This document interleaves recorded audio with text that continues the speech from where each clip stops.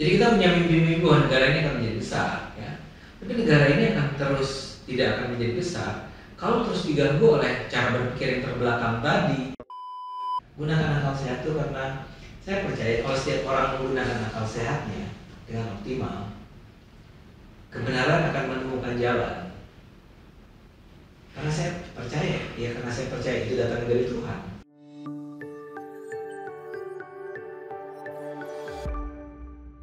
Kita kembali lagi ke ngobrol bareng pakar bersama saya Namun Hayudi, dan sekarang kita kedatangan seorang tokoh pengamat politik dan yang sering muncul juga di media sosial dengan tagline-nya pakai akal sehat, yaitu Bang Ade Armando. Apa kabar? Baik, alhamdulillah.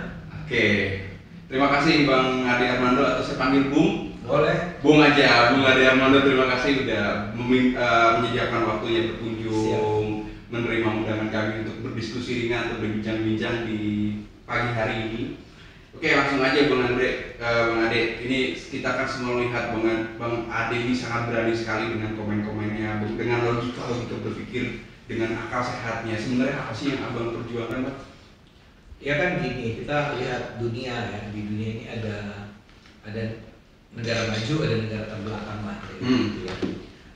Ya kita belajar di sana. Saya kan dosen, jadi saya belajar, saya ilmu sosial dan politik kan.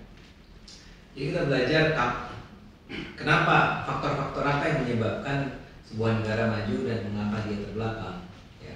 Nah kalau kita belajar dari sejarah Barat itu, ya, yang mayoritas adalah negara-negara non-Muslim, kan dulunya justru pernah berada di era Dark Ages, ya, era terbelakangan.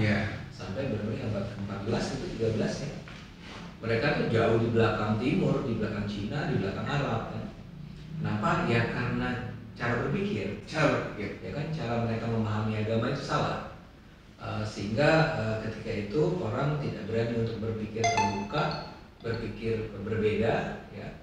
Dan semua kebenaran ditentukan oleh para pemuka agama yang berkolusi dengan para pemuka politik ya. Waktu itu kerajaan di masa itu memanfaatkan para pemuka agama itu untuk mempertahankan kekuasaan mereka. Tapi di sisi yang lain yang jelas adalah para pemuka agama di saat itu menjadi sebuah kekuatan yang menentukan kehidupan masyarakat dalam setiap aspek kehidupannya. Dan itu ternyata terbukti membawa keterbelakangan, kehancuran ya. Ketika orang tidak boleh membaca sendiri agama, tidak boleh berdebat, tidak boleh berpikir. Ya kalau sekarang kan kita akan melihat ada kesamaannya kan, ada orang-orang yang melakukan hal serupa dengan apa yang dilakukan para pendeta di abad pertengahan. Nah kapan kemudian itu berakhir? Ketika ada reformasi, bahkan namanya revolusi sebetulnya ya. Ketika ada orang yang namanya Martin Luther yang mengatakan enggak, kita bisa, dia bahkan ketika itu berani menerjemahkan Injil yang dalam bahasa, ketika itu bahasa Latin ya, ke bahasa masing-masing negara, yaitu ketika itu Jerman. Jadi semua bisa dibaca langsung lah rakyat, dan ketika rakyat membaca langsung, rakyat mengatakan baru menyadari bahwa selama ini kita ditipu ya oleh para pemuka agama itu. Jadilah revolusi ya, dan reformasi agama. Jadi Anda bisa lihat cara beragama itu menentukan, cara kita melihat kitab suci itu menentukan, ya, ide itu menentukan. Nah, dan ketika akhirnya Barat meninggalkan era di mana semua ditentukan kebenaran oleh pihak yang punya otoritas, yaitu kerajaan dan agama, ketika itulah Barat maju ya, sains berkembang, ilmu pengetahuan berkembang, demokrasi berkembang, kebelakangan kesenian semua berkembang, industrialisasi berkembang dan seterusnya. Jadi sekarang kita lihat Indonesia ini kita punya cita-cita yang luar biasa. Banyak orang mengatakan bahwa kita akan menjadi salah satu superpower kan. Jadi kita udah G20 dan tahun ini tuh Pak Jokowi menjadi ketuanya ya untuk 1 tahun ini. Jadi kita punya mimpi-mimpi bahwa negara ini akan menjadi besar ya. Tapi negara ini akan terus tidak akan menjadi besar kalau terus diganggu oleh cara berpikir yang terbelakang tadi ya, yang menghambat orang untuk berpikir secara terbuka, menerima perbedaan, menerima keragaman ya, yang tidak menyerahkan kebenaran itu ditentukan oleh para pemuka agama gitu kan. Nah, ini adalah sebuah kewajiban barangkali ya, Bung Yudi ya. Kewajiban. Karena kenapa? Saya itu saya itu ilmuwan, saya itu intelektual, saya itu Iya. dosen. Saya sampai S3 itu dibayarin rakyat terus Iya. sekolahnya. Dari SD negeri, SMP negeri, SMA negeri, UI, keluar negeri pakai beasiswa negara. Pulang ke UI lagi gitu ya. Dan jadi kalau saya sekarang tampak pintar gitu ya, itu ya karena saya dibiayai rakyat saya kan. Dan saya menjadi intelektual. Nah, kewajiban intelektual kepada siapa? Ya bukan kepada kampusnya, tapi kepada publik. Masyarakat. Jadi kalau ketika saya baca, kalau ini dibiarkan terus, cara berpikir, cara beragama yang terbelakang itu dibiarkan, di mana tadi yang ciri-ciri yang sudah saya sebut tadi, bangsa ini nggak akan kemana-mana. Bangsa ini akan terbelakang, akan primitif atau, dan bukannya saya mengada-ada. Contohnya banyak kan di dunia Islam itu, ya sorry ya saya akan menyebut dunia Islam karena saya akan menyebut negara seperti Suriah, Irak, gitu ya, Afghanistan, ya, terus yang sedih sekarang Pakistan, Bangladesh, dua negara yang sebenarnya dulu semula nampak sebagai negara-negara sangat terbuka, sekarang didominasi oleh para pemuka agama yang hanya karena Anda berbeda pendapat dengan orang lain Anda bisa dibunuh gitu kan, atau karena Anda seorang perempuan yang berpakaian pakai jilbab terbuka dan seksi gitu ya, itu bisa dibunuh oleh kakaknya sendiri, dan pembunuhan itu disebut sebagai pembunuhan under killing, pembunuhan berdasarkan kehormatan keluarga. Itu semua kembali kepada cara beragama tersebut. Makanya sebenarnya kalau Anda pelajari, yang paling inti saya tolak adalah yang saya serang, itu terutama adalah soal cara beragama, cara berpikir tentang menafsirkan agama. Berarti ada perbedaan ya, memadinahkan bangsa ini dengan mensuriahkan ya. Oh iya, Beda ya. beda banget Ya. Jadi nggak sekedar bahwa kalau Islam bahkan mengarabkan, kan ada Arabisasi, as if Arab itu adalah Islam kan, dan itu yang harus kita contoh misalnya begitu. Itu kan salah sama sekali, itu harus dilawan. Cuma masalahnya selama barangkali kan gini, di era Orde Baru itu si kelompok-kelompok Islam yang semacam itu kan selalu berada di bawah permukaan karena ditekan oleh rezim kan. Sejak reformasi berubah, mereka naik ke permukaan ya, dan mereka kemudian berpengaruh sangat besar. Ya misalnya sekarang yang Anda tahu gerakan hijrah gitu kan, yang dilakoni oleh banyak artis gitu, yang as if kalau Anda mau jadi orang-orang yang menuju surga tuh ya Anda harus bergamis, Anda harus hanya berkawan dengan teman-teman Kulit. Apa? Kulit dong itu. Kulit banget kan. Ya, tapi mereka nggak mengatakan itu kulit, soalnya mereka percaya bahwa memang itu harus dilakukan. Yang salah tuh saya, yang salah tuh Anda. Kenapa? Tuhan udah ngasih kok kitab suci Al-Quran, udah jelas di situ, kan tinggal dijalankan kan. Lakukan aja dengan literal dan ikuti apa kata kiai Anda kan kiai itu atau ulama lah ya, itu kan orang-orang terpilih kira-kira gitu kan. Jalankan aja itu. Nah itu sekarang terjadi kan, ada soal perumahan syariah, jadi perumahan itu harus hanya orang-orang Islam ya. Kita hanya boleh memilih pemimpin Muslim, nggak boleh non Muslim. Ada sertifikat halal, dan jangan salah nih buat para penonton. Nanti sertifikat halal diberlakukan bukan hanya pada kopi, tapi pada meja. Mejanya harus halal. Tidak ada minyak babi. Tidak ada minyak babi di dalamnya. Kan ini udah sampai tahap di mana kalau nggak dilawan, ya maka akan terjadi nih apa yang namanya. Kan sekarang yang negara yang menerapkan syariah itu hanya Aceh secara resmi kan. Ya. Tapi jangan, kalau kita biarkan itu akan bergerak kemana-mana. Jangan salah, Karena itu berdiri di atas hukum. Tapi kan masalahnya mendapat dukungan legalisasi hukum dari misalnya perda syariah kan sebetulnya kalau kita mau jujur itu bertentangan dengan konstitusi kita kan. Kan harusnya nggak boleh. Tapi kenapa bisa? Karena DPRD di daerahnya masing-masing mensupport itu. Kenapa bisa begitu? Karena partai-partai politiknya mendukung itu. Padahal bukan partai politik Islam, partai politik sekuler. Jangan mereka menyangka ini mereka menyangka kalau mereka mendukung perda syariah, mereka akan memperoleh simpati dari masyarakat Islam. Jadi play safe gitu loh. Jadi mendingan gua dukung. Tapi kalau ini dibiarkan kan bahaya di Indonesia. Dan kita tuh udah nggak bisa ngomong-ngomong kayak begini lagi. Sekarang kan kita bisa dengan mudah, tadi saya katakan bersama ya para anggota DPRD atau ulamanya itu nggak perlu lagi kita dengar gitu ya. Sekarang kita bisa mengatakan itu karena kita ada dalam era yang dikatakan demokratis, menghormati kebebasan berekspresi, walaupun di sana sini tetap aja ada penindasan. Tapi at least sekarang saya bisa ngomong semacam ini kan.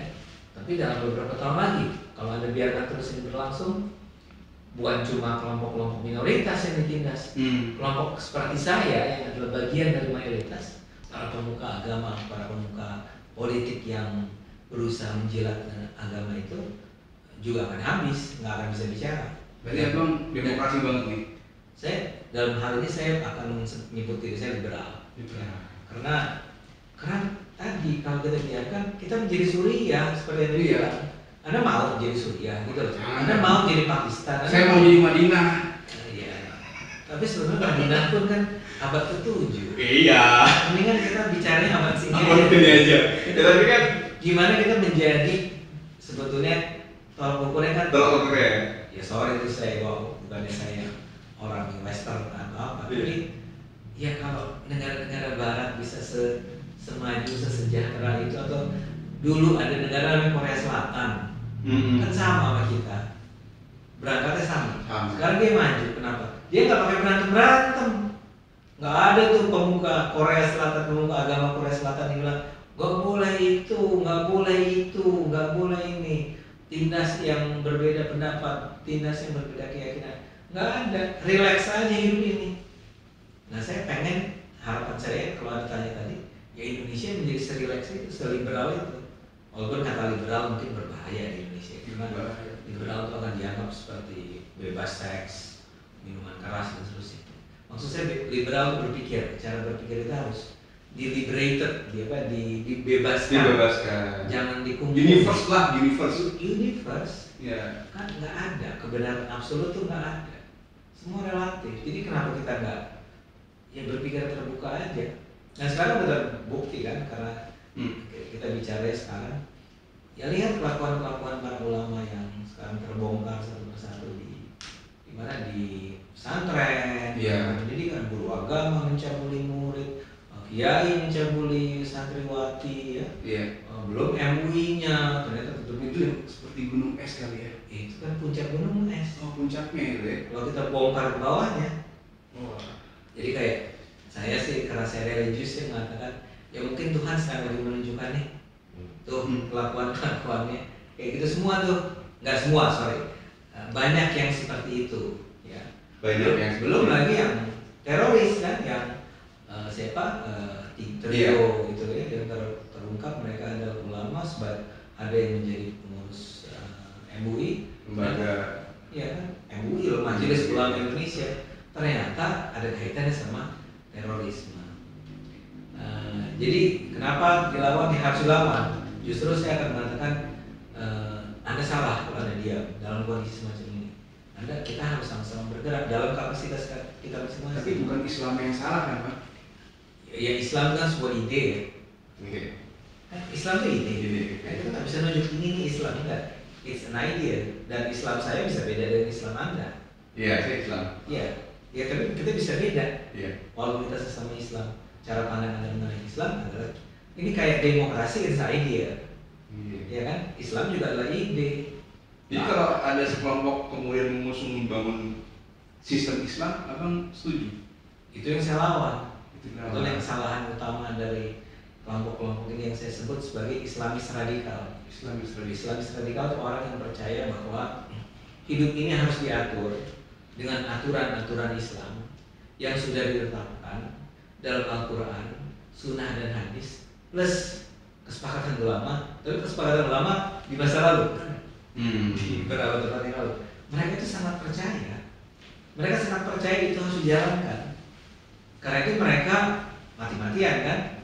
Tapi bayangkan kalau Anda berusaha menerapkan apa yang ada dalam Al-Quran dan Sunnah di Indonesia, kita kembali ke abad ke-7 di Arab pula.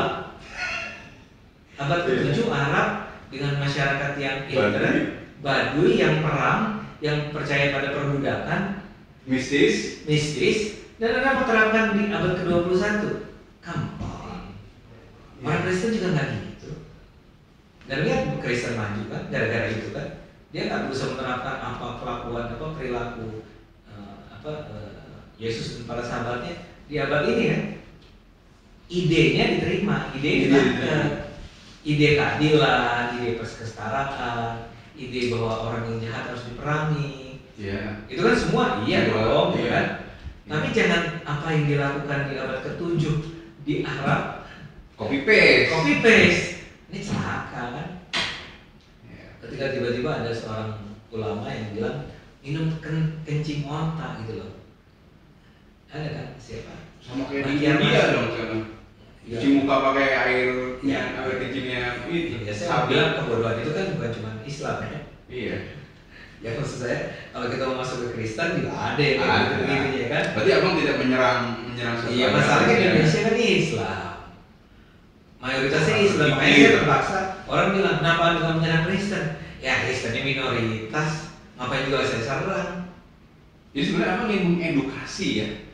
Ya kewajiban saya. Wajibnya mengedukasi itu caranya memang to the point langsung ya. Ya karena terlalu banyak orang yang tidak to the point. Yang tahu ini kan saya itu kan bukan orang yang belajar Islam loh, Bung Yudi. Bukan yang kajian Islam. Jadi saya tahu Islam dari mana? Dari baca buku, dari diskusi, dari segala macam.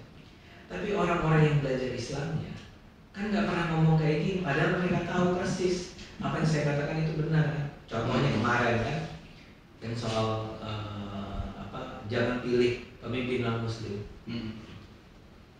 Kalau anda Muslim, saya Muslim, kita tahu sama-sama bahwa memang ada interpretasi semacam itu di dalam Islam kan. Memang ada loh. Saya nggak bilang, tapi kemudian kita yang belajar Islam akan bilang, tapi ada banyak interpretasi lain yang mengatakan bukan begitu cara baca ayatnya.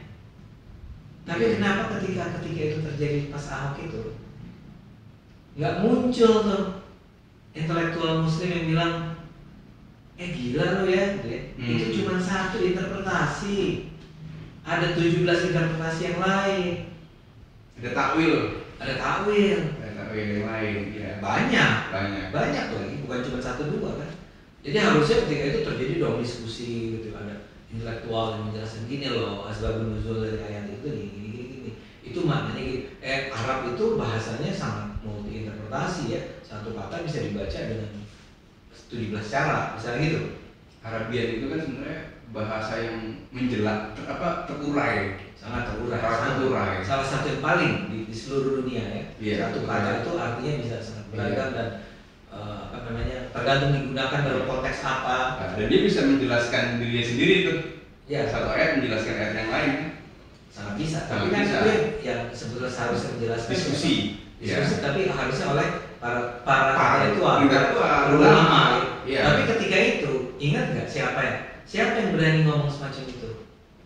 Hampir nggak ada. Saya ingat sekali ketika di pengadilan cuma ada satu orang NU, saya lupa siapa yang ngomong gitu, dan habis dia. Poin saya adalah ya orang kayak saya terpaksa akhirnya harus ngomong tentang wilayah yang sebetulnya bukan spesialisasi saya. Ini kan saya belajar dari orang kan, tapi orang itu nggak ngomong langsung ke publik. Alhamdulillahnya barangkali saya sih tidak menyombongkan diri, tapi saya ingin mengatakan saya punya kemampuan berkomunikasi. Ketika saya ngomong orang banyak yang dengar. Ketika saya menulis orang bilang, wow that's true gitu kan. Saya juga berpikiran semacam itu. Jadi itu kan anugerah Tuhan. Nggak setiap orang punya kemampuan itu kan. Jadi saya udah punya kemampuan itu anugerah Tuhan. Saya punya pengetahuan. Saya dibayarin rakyat. Saya adalah bagian dari bangsa Indonesia. Nggak ada pilihan. Dosa kalau abang ngelakuin. Masuk neraka saya. Masuk neraka saya. Saya selalu bilang gitu pada keluarga saya. Kalau ayah nggak melakukan ini, kita semua masuk neraka. Jadi mendingan saya melakukan ini dengan segala resikonya. Insya Allah masuk surga kan. Itu cara. Kan representatif surga di bumi dulu. Iya, dan terbukti kan. Saya nggak pernah saya nggak pernah miskin banget gitu kan ya. Selalu ada yang nolong. Barangkali nggak pernah jadi komisaris PT apa gitu ya. Tapi hidupnya ya lancar lah, anak-anak juga sekolah bagus. Alhamdulillah kan. Kan kalau orang religius kan mengatakan kayaknya Allah ngasih tahu bahwa you are on the right track. materi kan Kan kebanyakan. orang punya materi kan. Gue kan bilang, enggak, gue nggak miskin nih dengan cara begini, ya kan? Jadi kayaknya benar, jadi kayaknya memang harus. Dan saya senang makin banyak orang yang melakukan ini. Semakin banyak orang yang berani, semakin banyak orang yang mengutip pendapat-pendapat yang progresif, ya. Mungkin apa tadi bilang abang dark age ya, bisa jadi sudah akan berganti kali bang. Kita udah mau masuk ke kondisi yang lebih terang kali. Tapi harus kita perjuangkan. Bedanya kita sama kelompok-kelompok Islamis radikal itu adalah mereka setiap hari bekerja, berupaya memperjuangkan cita-cita mereka. Sementara kita, jadi misalnya kayak di kampus di UI, mereka berusaha menguasai UI kan. Sementara kita yang para pengajar, yang para sekuler atau yang pluralis, yang terbuka, liberal, kita kan lebih asyik dengan ilmu kan, belajar, main penelitian, segala macam. Nggak main politik di kampus, mereka main politik, sehingga tiba-tiba kita melihat, loh kok posisi-posisi menentukan sudah dikuasai oleh mereka ya, kok BEM, Badan Eksekutif Mahasiswa sudah dikuasai mereka ya, because they did their homework. Tapi memang karena tadi kan kalau Anda punya cara beragama yang sesempit itu, percaya deh, Anda nggak akan pintar, nggak akan pernah pintar.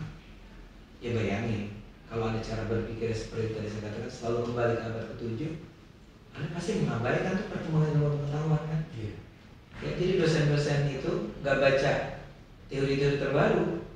Jadi ketika ketemu di mana seminar simposium, ya emang nggak punya pengetahuan apa-apa. Kembalinya ke syariah, kembalinya ke back to, gitu kan, hadis kan. Gimana sih? Yang saya senang sekali ada yang Buya Syakur itu bilang, siapa sih yang bilang Islam itu sempurna? Nggak mungkin dia sempurna. Di dunia ini nggak pernah ada yang sempurna. Jadi di masa itu, di masa Islam diturunkan kepada Nabi Muhammad, itu ditutup dengan sebuah ayat yang bilang, hari ini kusempurnakan agamaku kepadamu kan? Iya. Ya kan kepadamu, kepada Nabi Muhammad, abad ke-7 itu. Iya. Sampai abad ke-7 udah selesai. Iya. Semua yang ingin kamu ketahui Muhammad udah ya. Iya. Tuhan kayak bilang gitu kan. Iya. Tapi abad ke-8, abad ke-9, abad ke-10, 15, 17, 18, karena persoalan baru yang nggak bisa dijawab dengan membaca Nabi Muhammad. Iya. Apa yang dialami Nabi Muhammad ketika itu? Itu kan kalau dari ayat itu kan sebenarnya berbicara mengenai sistem Islamnya, budayanya, idenya sudah lengkap yang kemudian dilanjutkan para pemerintahan selanjutnya kan, khilafah itu kan. Itu. Jadi udah salah banget deh. Tapi kayaknya kamu banyak tahu ya kalau kemudian di abad ke-14 atau 12 tepatnya Islam secara ide itu sudah mengalami perubahan drastis gitu. Ya kita ajarin apa? Kita kasih tahu. Harus tahu itu. Yang nggak diajarin gimana? Wong orang sekarang nggak tahu bahwa sholat 5 waktu itu nggak ada di Quran, itu marah-marah. Kan marah. Saya dianggap sebagai orang yang kan saya cuma bilang itu nggak ada di Quran. Loh kok marah? Sekarang sudah membuktikan mana ada di Quran. Wah panjang lebar. Setelah selesai, oke, Anda sudah menjelaskan semua argumen Anda. Saya ulang pertanyaan saya. Ada nggak kewajiban sholat 5 waktu di Quran? Ya jangan begitu. Kok jangan begitu saya bilang. Yang saya tanya, ada nggak kewajiban sholat 5 waktu di Al-Quran? Kalau nggak ada, bilang aja nggak ada. Kan gampang. Poin saya adalah kalau hal sebasic itu aja dia nggak tahu, orang-orang Islam yang kita semua tahu, apalagi yang Anda katakan itu kan nggak ada di Quran tuh. Anda harus belajar sejarah tentang the rise and the fall of Islam. Ada banyak bukunya yang menjelaskan kenapa mundur, kenapa maju, dan kenapa Kristen pernah mundur kemudian maju. Kita harus belajar sejarah. Tapi kan orang-orang ini nggak mau belajar sejarah, mereka bacanya Quran. Bayangin menghafalkan Al-Quran itu, buat saya itu buat zaman sekarang doesn't make sense kan? Menghafalkan satu Quran maksud saya. Kalau menghafalkan ayat, saya juga ngapalin ayat karena saya sholat kan. Tapi ngapalin satu Quran, hafiz namanya kan? Apa gunanya hafiz? Zaman dulu di masa belum ada teknologi digital, hafiz itu masih penting kali, masih ada gunanya lah. Ayat itu bunyinya gimana ya? Hafiz yang muncul kan? Itu gini bacaannya kan. Zaman sekarang kita cuma di smartphone. Mau tanya air mana? Surat apa? Ini ada. Wudhu dulu. Nggak boleh dibawa ke kamar mandi karena smartphone-nya di dalamnya mampus nggak boleh. Serem kan? Kita masih berdebat soal itu kan? Iya. Padahal ibarat saya katakan begini, jika Quran itu adalah isi pesan ya dari Yang Maha Pencipta untuk umatnya gitu kan. Waduh. Itu kan pesan. Hak aksesnya banyak banget gitu. Iya. Nah, bayangin kita masih di situ, Yul. Iya. Jadi mengatakan bahwa kita akan segera meninggalkan Dark Ages, well it depends, bergantung. Kita memperjuangkannya enggak? Karena dulu ada orang kayak Martin Luther selalu bilang, wah kalau kita baca kehidupan Martin Luther, dia juga nggak toleran amat terhadap di luar Kristen gitu ya. Tapi kita memerlukan orang yang tadi berani bicara dan saya men-challenge Anda, kata si Martin Luther itu. Mungkin kalau secara bahasa sama dia furqan tapi furqan kan kebenaran ya, furqan itu ya hak ya batil itu. Tapi ini kan lebih dari sekedar furqan, Yud. Ini soal orang yang harus ada orang yang berani mengatakan, dan ada sekarang sudah semakin banyak orang yang berani mengatakan bahwa kayak tadi yang sesederhana ini aja. Nanti dulu ada 4 loh interpretasinya. Ya. Kayak kita selalu ada mazhab, ada 4 mazhab kan? Selalu kita bilang di dalam Islam ada 4 mazhab. Tapi begitu kita belajar, yang diajari 1 mazhab. Cara kita sholat aja di Indonesia itu kan according to 1 mazhab Syafi'i kan. Yang lain nggak pernah kita pakai. Guru agama yang benar menurut saya kasih tahu 4-4-nya apa. Hukum ini kalau kata Syafi'i ini ya, kata Maliki ini ya, kata Hanafi begini ya. Terus mana yang benar kata murid? Ya terserah kamu. Kamu mau percaya yang mana? Dan di luar 4 masih ada nggak? Ya masih ada. Cuman ketika itu ada 4 orang namanya ini. Bisa nggak mazhab Adi Armando? Ya boleh. Boleh aja. Salah. Ya kan? Mazhab Gus Dur, mazhab siapa nggak tahu kan? Boleh aja. Selagi universe. Nggak, karena nggak ada kebenaran tunggal tadi. Iya, maksudnya selagi ilmiah, alamiah, sesuai dengan nilai itu alam. Iya. Nggak, kan bisa aja ada orang yang bikin mazhab sendiri aneh-aneh gitu kan. Nggak apa-apa juga. Karena kayak tadi ada bilang, selama itu terbuka, kita bisa berdebat, kita bisa melihat berdiskusi. Iya. Dari disitulah kita percaya pada free market of ideas. Free market of ideas itu pasar bebas ide. Siapapun boleh ngomong. At the end kalau Anda nggak setuju, Anda tinggal bilang saya nggak setuju ya sama selesai. Wassalamualaikum. Salam kita ngopi kan, ngobrolin AC Milan gitu kan. Kenapa Manchester United mati ya sekarang kan gitu ya. Tapi terus nanti ngomong agama lagi, hidup indah banget kan nggak yuk? Kalau begitu jalannya. Gitu. Saya mengharapkan. Saya itu kan nggak lama lagi lah usianya pasti kan. Karena saya udah generasi tua kan, baby boomers. Saya tapi berharap anak-anak saya tuh nanti itu ada anak-anak saya pikir saya sudah berhasil menjadikan mereka tuh berpikiran terbuka sekarang. Tapi saya berharap bukan cuma anak-anak saya yang berpikiran terbuka, tapi masyarakat itu terbuka cara berpikir yang dari dikit-dikit marah. Dan itulah kunci keberhasilan Indonesia di masa depan. Tapi kalau masih sistem demokrasi apakah bisa terbuka? Apa harus ganti sistem wakil liberal?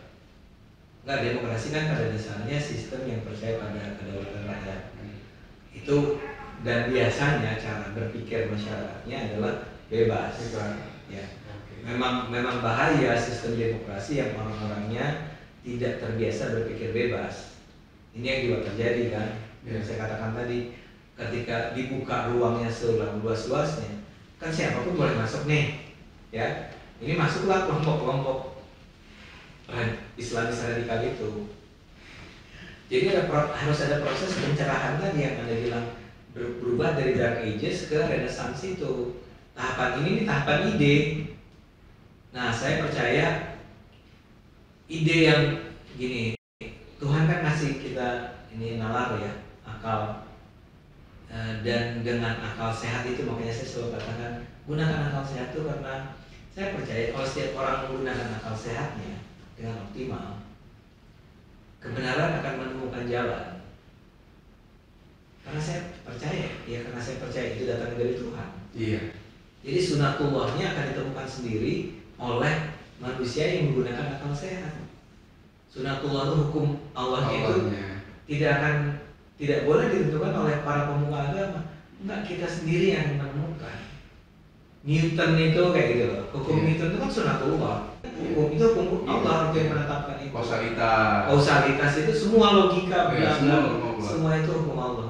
Dan yang siapa yang menemukan ini manusia, nggak usah nungguin ada pemuka agama yang mengatakan yang benar yang ini ya, teori gravitasi itu gini ya. Enggak, lo bukan lo yang menentukan. Ingat gak cerita Galileo Galilei? Ya. Itu adalah orang yang mengatakan bahwa pusat alam semesta itu adalah matahari, bukan bumi. Sebelumnya gereja mengatakan, gereja Ortodok. Iya, gereja masa itu kan. Saya bicara gereja masa itu kan. Gereja di Dark Ages. Enggak, pusat alam semesta itu bumi. Dia di X, nggak sampai dibunuh tapi di penjara gitu. Di penjara ini home penjara rumah gitu ya. Nggak boleh keluar, nggak boleh mengembangkan pemikirannya. Untungnya dia nulis, dibaca sama Newton. Bukan Newton, enggak, itu nggak ada hubungannya. Murid-muridnya kemudian yang percaya sama dia menyebarkan bukunya si Galileo itu kemana-mana. Dan di berbagai tempat di luar Itali tumbuh kan pengkajian. Dan saya pikir kurang dari 1 abad kemudian sudah ditemukan kebenaran. Tapi Galileo itu bakal meninggal. Tapi poin saya adalah yaitu kebenarannya akan ditemukan oleh orang-orang yang berani berpikir merdeka dan mengatakan kayaknya nggak gitu deh gitu. Kayak nanti suruh teman bener nih benar gitu. Kan gitu. Kan ilmu pengetahuan begitu sifatnya. Jadi dan itu saya percaya bahwa memang dengan sendirinya loh, kalau orang menggunakan akal sehat dia akan menemukan kebenaran. Kan banyak orang yang menakut-nakuti nih, wah kalau orang semua ininya akal gitu ya, nanti dia akan menjauh dari agama atau ya kalau agama itu benar, pasti akal sehat akan membawa orang pada agama. Dan memang ayatnya juga begitu, harus menggunakan akal sehat ya. Iya. Ulil albab kan? Tapi kan ya walaupun sudah sangat jelas, ya nggak? Sudah sangat jelas. Tapi kan dihianati terus sama soalnya Quran yang bicara bahwa harus pakai akal sehat, pakai pendengar. Hanya untuk orang berakal. Hanya untuk orang berakal gitu. Itu udah jelas. Udah jelas. Pernah dipakai. Karena jadi, apa? Abang memperjuangkan ini karena memang ingin memberikan pencerahan ke banyak orang ya. Karena masa depan kita. Masa depan. Yang saya bilang gini, kalau saya sih udah selesai. Ini saya udah cukup dengan diri saya sendiri. Secara ekonomi saya sudah selesai, secara keilmuan saya sudah selesai, saya sudah senang lihat anak-anak saya sudah besar dan bisa hidup sendiri, bla bla bla bla. Kalau itu, tapi kita harus bertanggung jawab pada orang-orang. Karena kita punya contoh Suriah itu, Lebanon itu, Libya, Tunisia, Irak, Pakistan, Bangladesh.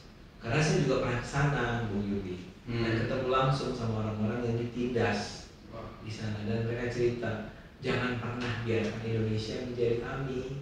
Itu orang Pakistan ngomong, orang Afghanistan ngomong, orang Bangladesh ngomong, kamu tuh surga kan mereka. Kita tuh membayangkan kami bisa menjadi seperti Anda. Padahal kita sendiri di Indonesia melihat langsung penindasan terhadap minoritas, terhadap kelompok-kelompok yang berbeda. Tapi dibandingkan dengan apa yang terjadi di sana, ya kita masih lumayan. Mereka jauh lebih buruk. Cuman kalau kita biarkan, kita akan bergerak ke sana. Karena itu kita lawan aja. Oke. Bung, terima kasih atas waktunya. Sama-sama. Jadi intinya kita harus gunakan akal sehat. Harus. Karena dengan akal sehat kita bisa membaca sesuatu dengan benar, memahami dengan benar, dan melakukan tindakan dengan benar. Mari kita song-song sama-sama kehidupan yang penuh dengan kecerahan. Thank you. Amin.